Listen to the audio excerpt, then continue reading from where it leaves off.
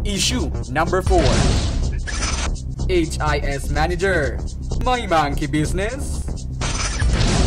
Dapat managot ang may sala dahil kung hindi, para na rin nating iniwang bukas ang pito para sa mga nagnais pang manlapastangan sa taong bayan.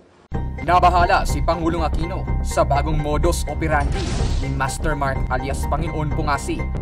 Lahat ng ospital sa Sulu nagsara na at ang mga pulis ng PNP at mga sundalo ng PMA di na makalabas ng bahay dahil sa takot. Kamakailan lamang napabalitang nasangkot si Master Mark sa pagbebenta ng mga peking USB flash drive. Ilan sa kanyang mga nabiktima ay sina Winson Almighty Carvajal at Rambo Rich Kid Reyes. Sa pool sa mga larawang ito, ang pangungulila tumalbog na 800 pesos na itinaya ni Winson Carvajal kapalit ng flash drive. Di raw niya namalayang peke pala ang offer ni Master Mark. Nadakip man siya ng mga secret agent. Huli sa aktwal na larawang ito ang kanyang pagtakas sa isang glass window.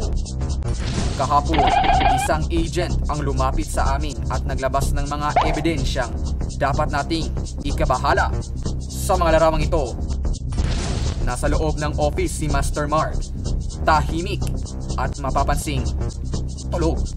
Ngunit sa ilang mga sandali ay, nako, nakatutok sa computer screen na parang may binabalatan mula ulo hanggang paa. At sa di inaasahan, sa pool, ipinasok ang kanyang ulo sa monitor. Nagdeklara na ng state of emergency si Pinoy upang malaman ang tunay na dahilan kung bakit ipinasok ni Mark Pungasi ang kanyang ulo sa computer screen. Nang ma-interview namin si Mami Dionisia sa issue, ito lang ang kanyang naging sagot.